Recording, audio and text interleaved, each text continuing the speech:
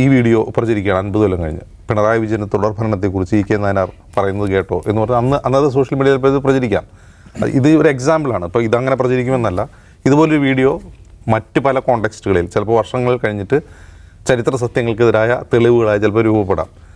അപ്പോൾ CPM അങ്ങനെ ചെയ്യാമോ എന്ന് ചോദിച്ചാൽ CPM ചെയ്ത് അവരുടെ പ്രചാരണത്തിന് വേണ്ടിയാണ്, സമ്മേളന പ്രചാരണത്തിന് വേണ്ടിയാണ്. അത് കാണുന്ന എല്ലാവർക്കും അറിയാം. നായനാർ ഒരിക്കലും പിണറായി വിജയൻ്റെ തുടർ ഭരണം പ്രസംഗിക്കാൻ സാധ്യതയില്ല എന്ന് ആളുകൾക്ക് മനസ്സിലാകും. പിന്നെ അതൊരു AI വീഡിയോ ആണെന്ന് ഒറ്റ നോട്ടത്തിൽ സാധാരണ മനുഷ്യർക്ക് AI വീഡിയോ ആയിട്ട് എക്സ്പോസ് ചെയ്തിട്ടുള്ള ആൾക്ക് അത് AI വീഡിയോ ആണെന്ന് മനസ്സിലാവുകയും ചെയ്യും. 2019 ലോക്സഭാ തെരഞ്ഞെടുപ്പിൽ ഇതുപോലൊരു ഡീപ് ഫേക്ക് വീഡിയോ ഉപയോഗിച്ച് ലോക്സഭാ തെരഞ്ഞെടുപ്പിൽ ഡൽഹിയിൽ പ്രചാരണം നടത്തിയെന്നൊരു വലിയ വിവാദം ഉണ്ടായിരുന്നു. അത് പ്രചാരണം നടത്തിയത് BJP ആണ്. അത്തരം ഡീപ് ഫേക്ക് വീഡിയോ ഉണ്ടാക്കി ഇതെങ്ങനെ ഒരു കോൺഗ്രസ് നേതാവ് സംസാരിക്കുന്ന പോലെ ഒരു ഡീപ് ഫേക്ക് വീഡിയോ ഉണ്ടാക്കി പ്രചാരണം നടത്തിയിരുന്നു. അതന്ന് വലിയ വിവാദമായതാണ്. പക്ഷേ കഴിഞ്ഞ 2024 തെരഞ്ഞെടുപ്പിൽ അങ്ങനെ ഡീപ് ഫേക്ക് ചെയ്തതായിട്ട് കാണുന്നില്ല. പക്ഷേ മിസ്ഇൻഫർമേഷൻ പ്രചരിപ്പിക്കപ്പെടുന്നുണ്ട്. അപ്പോൾ ഈ ഡീപ് ഫേക്ക് വീഡിയോ ഇപ്പോൾ ഉണ്ടാക്കുന്ന അപകടം, നാളെ ഉണ്ടാക്കാൻ പോകുന്ന അപകടം, അതിനെക്കുറിച്ചൊക്കെ ലോകം മുഴുവൻ ചർച്ച ചെയ്യുകയാണ്. എങ്ങനെ അതിനെ തടയാം, എങ്ങനെ നിയന്ത്രിക്കാം എന്നുള്ളതൊക്കെ ചർച്ചയുണ്ട്. അതുപോലെ തന്നെ പ്രസക്തമാണ് ആർട്ടിഫിഷ്യൽ ഇൻ്റലിജൻസിനെ കുറിച്ചുള്ള ആശങ്കകൾ.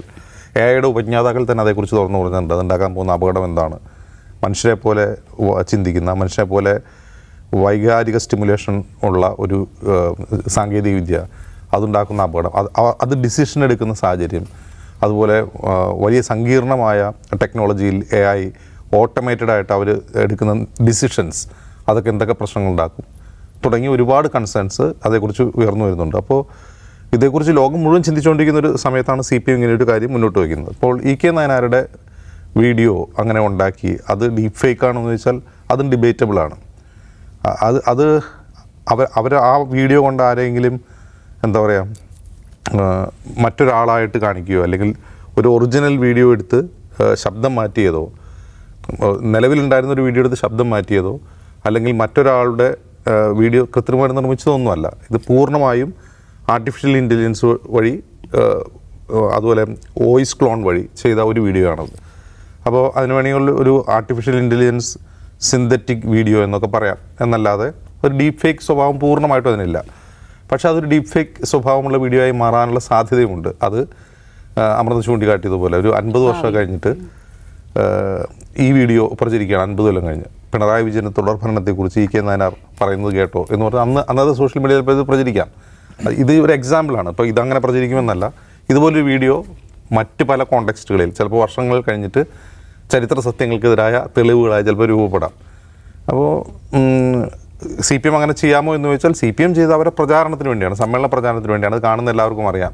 നായനാർ ഒരിക്കലും പിണറായി വിജയൻ്റെ തുടർ ഭരണം പ്രസംഗിക്കാൻ സാധ്യതയില്ല എന്ന് ആളുകൾക്ക് മനസ്സിലാകും. പിന്നെ അതൊരു AI വീഡിയോ ആണെന്ന് ഒറ്റ നോട്ടത്തിൽ സാധാരണ മനുഷ്യർക്ക് AI വീഡിയോ ആയിട്ട് എക്സ്പോസ് ചെയ്തിട്ടുള്ള ആൾക്ക് അത് AI വീഡിയോ ആണെന്ന് മനസ്സിലാവുകയും ചെയ്യും. പക്ഷേ AI-യെക്കുറിച്ചൊരു കൺസേൺ ഉള്ളൊരു പാർട്ടി എന്ന നിലയിൽ അവരിത്തരം വീഡിയോ ചെയ്യാമോ എന്ന് ചോദിച്ചാൽ അതിന് നിയമപരമായോ ധാർമ്മികമായോ പ്രശ്നം ഞാൻ കാണുന്നില്ല. CPM ചെയ്തതിൽ ധാർമ്മികമായോ രാഷ്ട്രീയ ധാർമ്മികമായ പ്രശ്നമോ നിയമപരമായ പ്രശ്നമോ കാണുന്നില്ല. പക്ഷേ അതൊരു ഡിബേറ്റിന് ഇപ്പോൾ നയനാരുടെ വീഡിയോ അങ്ങനെ വന്നത് ഒരു ലാർജർ ഡിബേറ്റിന് വഴിവെച്ചു എന്നാണ് എനിക്ക് തോന്നുന്നത്. അത് കൂടുതൽ കാരണം ഇന്നിപ്പോൾ നയനാരുടെ ഒരു നാളെ മറ്റെന്തെങ്കിലും കൊണ്ടുവരും. കുറേ വർഷങ്ങൾ കഴിഞ്ഞിട്ട് ഇതൊക്കെ സംസാരിക്കുന്ന തെളിവുകളായി പലപ്പോഴും ചരിത്ര സത്യങ്ങൾക്കെതിരെ ഹാജരാക്കും. അത് വലിയ വലിയ ലീഗൽ ബാറ്റിലേക്ക് വരെ പോകാവുന്ന കാര്യങ്ങളുണ്ടാവും. അപ്പോൾ അങ്ങനെ ഒരു ചർച്ചയ്ക്ക് തുടക്കമാവാൻ ഈ നയനാരുടെ വീഡിയോ ഉതകട്ടെ എന്നാണ് ഞാൻ ആഗ്രഹിക്കുന്നത്. എന്ന് മാത്രമല്ല ഇത്രയും സങ്കീർണമായ ഒരു സാങ്കേതിക വിഷയം, ഒരു ശാസ്ത്ര സാങ്കേതിക വിഷയം ഒരു രാഷ്ട്രീയ പ്രശ്നമായി ഉയർത്തിക്കൊണ്ടുവന്നതിൽ തീർച്ചയായിട്ടും CPM കേന്ദ്ര കമ്മിറ്റി അഭിനന്ദനം അർഹിക്കുന്നുണ്ട്. വരുന്ന പാർട്ടി കോൺഗ്രസിലെ കരട് പ്രമേയത്തിൽ ചർച്ച ചെയ്യപ്പെടുമെന്നുള്ളത് അവർ അഭിനന്ദനം അർഹിക്കുന്നുണ്ട്.